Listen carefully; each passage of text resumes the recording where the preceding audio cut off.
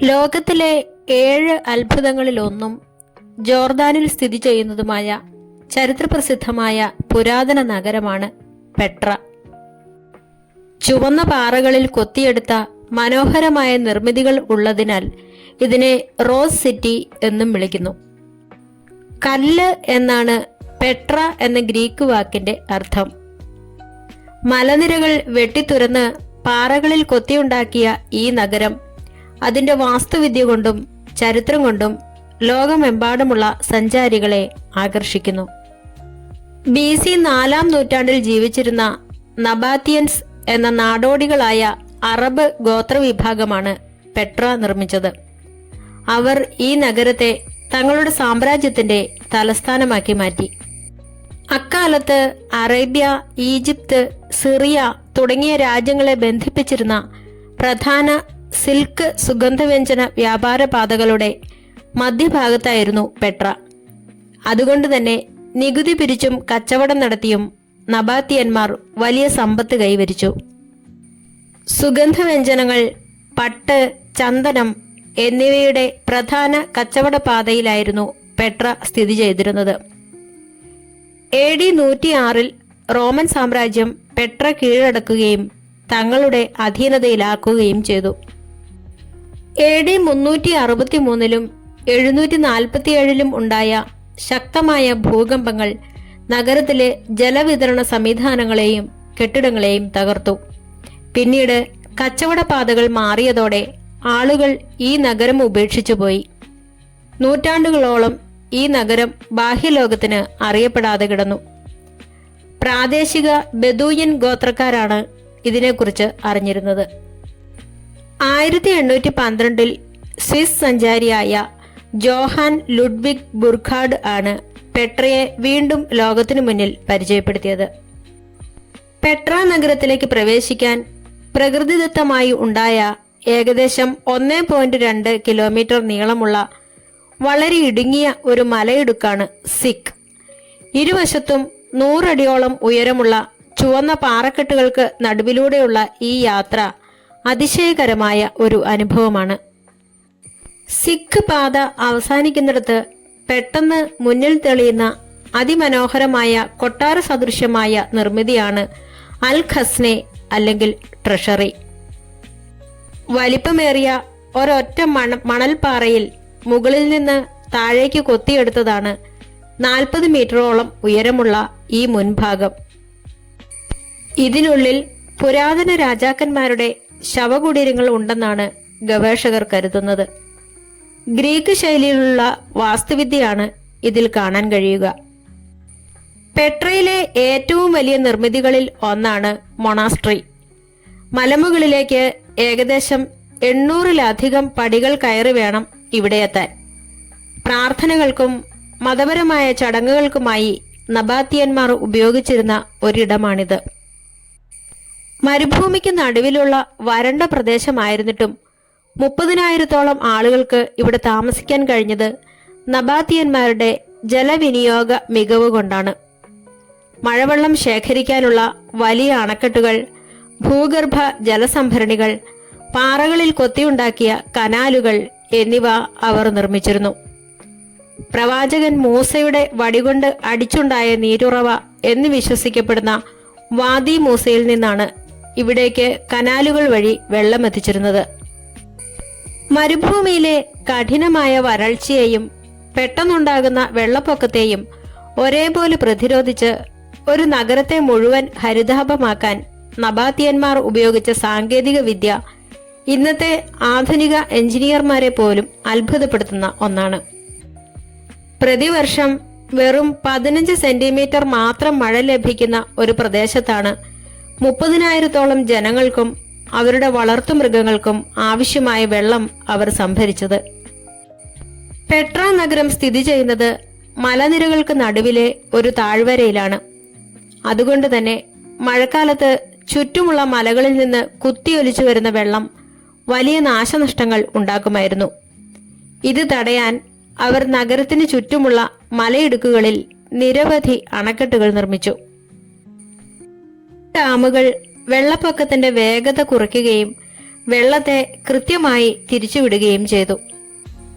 പെട്രയുടെ പ്രവേശന കവാടമായ സിക്കിലേക്ക് വെള്ളം ഇരച്ചു കയറാതെ തടയാൻ അവർ നിർമ്മിച്ച വലിയ ഡാം ഇന്നും അവിടെ കാണാം.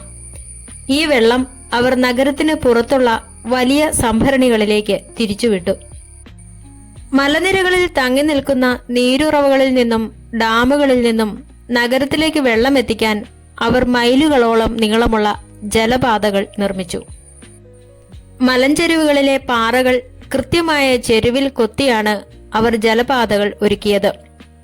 ഭൂഗുരുത്വ ബലം മാത്രം ഉപയോഗിച്ച് വെള്ളം തനിയെ താഴേക്ക് ഒഴുകത്തക്ക രീതിയിലായിരുന്നു ഇതിന്റെ ചെരുവ് കണക്കാക്കിയിരുന്നത്. വെള്ളം ബാഷ്പീകരിച്ചു പോകാതിരിക്കാനും മലിനമാകാതിരിക്കാനും അവർ കളിമണ്ണ് കൊണ്ട് നിർമ്മിച്ച ടെറാക്കോട്ട പൈപ്പുകൾ ഉപയോഗിച്ചു. ഈ പൈപ്പുകൾ പരസ്പരം കൂട്ടിയോജിപ്പിച്ച് പാറയ്ക്കുള്ളിൽ സുരക്ഷിതമായി ഒളിപ്പിച്ചു വെച്ചു. ചിലയിടങ്ങളിൽ ജലത്തിന്റെ മർദ്ദം നിയന്ത്രിക്കാനുള്ള പ്രത്യേക സംവിധാനങ്ങളും ഉണ്ടായിരുന്നു. പെട്ര നഗരത്തിൽ ഉടനീളമായി നൂറുകണക്കിന് സിസ്റ്റേണുകൾ അഥവാ ഭൂഗർഭ ജലസംഭരണികൾ ഉണ്ടായിരുന്നു. കട്ടിയുള്ള വലിയ പാറകൾ ഉള്ളിലേക്ക് തുരന്നാണ് അവ നിർമ്മിച്ചത്. മുകളിൽ നിന്നുള്ള വെള്ളം കനാലുകൾ വഴി ഈ സംഭരണികളിലേക്ക് ഒഴുകിയെത്തി. സംഭരണികളുടെ ഉള്ളിൽ നിന്ന് വെള്ളം പുറത്തേക്ക് ചോർന്നു പോകാതിരിക്കാൻ അവർ കളിമണ്ണും പ്രത്യേകതരം പ്ലാസ്റ്ററും ഉപയോഗിച്ച് ചുവരുകൾ മെഴുകി സംരക്ഷിച്ചു. സൂര്യപ്രകാശം നേരിട്ട് അടിക്കാത്തതുകൊണ്ട് ഈ ഭൂഗർഭ അറകളിലെ വെള്ളം മാസങ്ങളോളം തണുപ്പോടെയും കേടുകൂടാതെയും ഇരിക്കുമായിരുന്നു. വെള്ളം കുടിക്കാനും ഉപയോഗിക്കുന്നതിനു മുൻപ് അത് ശുദ്ധീകരിക്കാനുള്ള പ്രകൃതിദത്ത മാർഗങ്ങൾ അവർ അവലംബിച്ചിരുന്നു. ജലപാതകളിൽ പലയിടത്തും ചെറിയ തടസ്സങ്ങളും തടങ്ങളും അവർ നിർമ്മിച്ചു. വെള്ളം ഒഴുകി വരുമ്പോൾ അതിലടങ്ങിയിരിക്കുന്ന മണലും ചെളിയും ഈ തടങ്ങളിൽ അടിഞ്ഞുകൂടുകയും തെളിഞ്ഞ വെള്ളം മാത്രം മുന്നോട്ടൊഴുകുകയും ചെയ്യുമായിരുന്നു. ഈ സാങ്കേതിക വിദ്യകൾ വഴി പെട്രയിൽ ആവശ്യത്തിലധികം വെള്ളം ലഭ്യമായിരുന്നു. ഇത് കൃഷിക്കും വിനോദത്തിനുമായി അവർ ഉപയോഗിച്ചു. നഗരത്തിന്റെ മധ്യത്തിലായി റോമൻ ശൈലിയിലുള്ള വലിയൊരു ആഡംബര സ്വിമ്മിംഗ് പൂളും അതിനോട് ചേർന്ന് മനോഹരമായ ഒരു ഗാർഡനും അവർ നിർമ്മിച്ചിരുന്നു. കൃത്യമായ ജലസേചനത്തിലൂടെ അവർ വരണ്ട മലഞ്ചെരുവുകളിൽ ഒലിവ്, മുന്തിരി തുടങ്ങിയവ സമൃദ്ധമായി വിളയിച്ചെടുത്തു.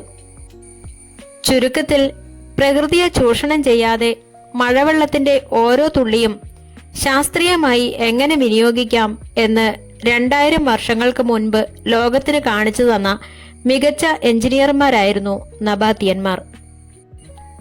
1812 ജോഹാൻ ലുഡ്വിഗ് ബുർഖാർഡ് എന്ന സ്വിസ് സഞ്ചാരി അറബ് വേഷധാരിയായി എത്തിയാണ് ഈ മറഞ്ഞിരുന്ന നഗരം പുറം ലോകത്തിന് വീണ്ടും കാണിച്ചു കൊടുത്തത്.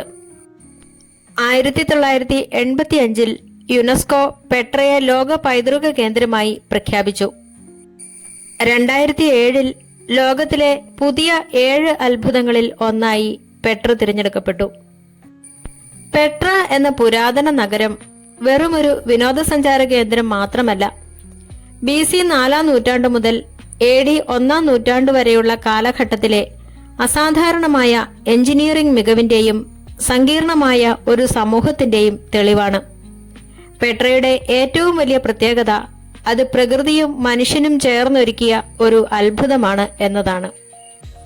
മറ്റു പുരാതന നഗരങ്ങളെപ്പോലെ കല്ലുകൾ ഒന്നിനുമീതെ ഒന്നായി വെച്ചല്ല പെട്ര നിർമ്മിച്ചിരിക്കുന്നത്. മറിച്ച് കൂറ്റൻ മണൽപ്പാറ മലനിരകളെ മുകളിൽ നിന്ന് താഴേക്ക് കൊത്തിവെച്ചാണ് ഇവിടുത്തെ കൊട്ടാരങ്ങളും ശവകുടീരങ്ങളും നിർമ്മിച്ചിരിക്കുന്നത്.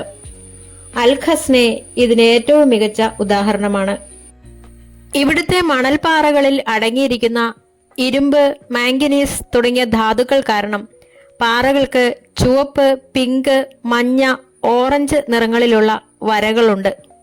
അതുകൊണ്ടാണ് ഇതിനെ റോസ് സിറ്റി എന്ന് വിളിക്കുന്നത്.